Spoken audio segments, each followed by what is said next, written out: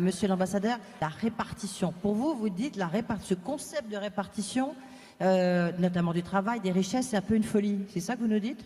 Il y a une maladie contagieuse qui s'appelle l'égalitarisme.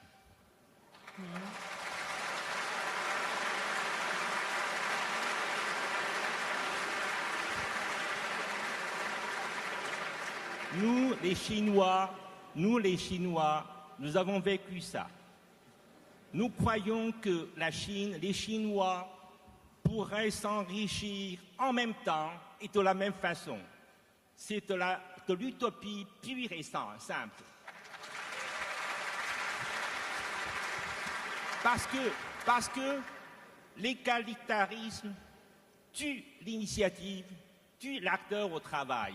Auparavant, nous avons pratiqué ça, l'égalitarisme en Chine. Qu'on travaille bien ou mal, on gagne la même chose. Donc, on n'a plus d'enthousiasme au travail. Tout le monde parle du succès de la réforme en Chine, parce que nous nous sommes débarrassés, dans une certaine mesure, de l'égalitarisme. Dans une certaine mesure. L'égalitarisme est une maladie qui disparaît difficilement, qui tire son origine dans le populisme. Avec l'égalitarisme, on peut gagner beaucoup de voix dans les élections.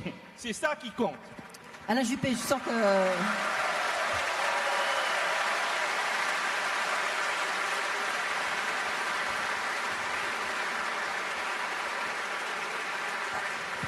Alain Juppé, je sens que vous ne partagez pas complètement le point de vue de Wu Jianming. J'ai dit tout à l'heure que parmi les qualités que pouvait incarner quelqu'un qui porte de la confiance, il y avait le parler vrai. Alors je vais peut-être choquer, là, en n'étant pas sur la ligne de ce que je viens d'entendre.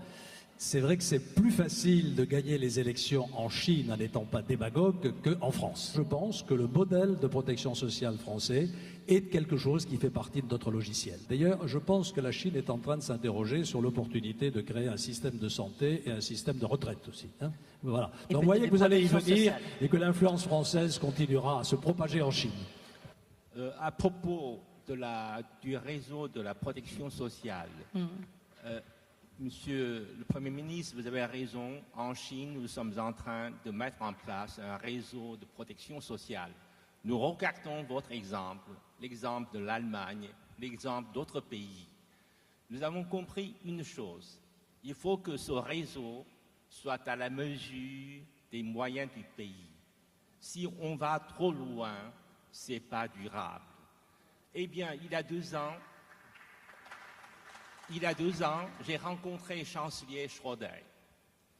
Alors, je lui ai posé cette question, pourquoi l'Allemagne se porte bien au milieu de la crise financière?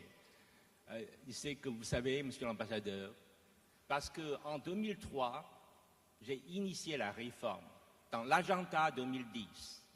Et cette réforme m'a coûté mon job. Ça, c'est la question que je me pose. La réforme, tout le monde est d'accord pour dire que c'est nécessaire. La question que je me pose, est-ce que les hommes politiques ont le courage de se lancer dans cette réforme?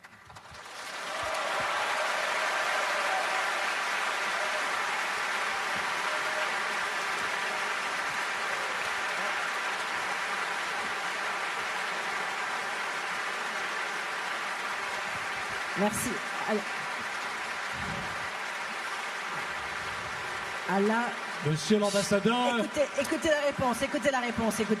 Je le savais déjà, mais vous êtes un très grand diplomate.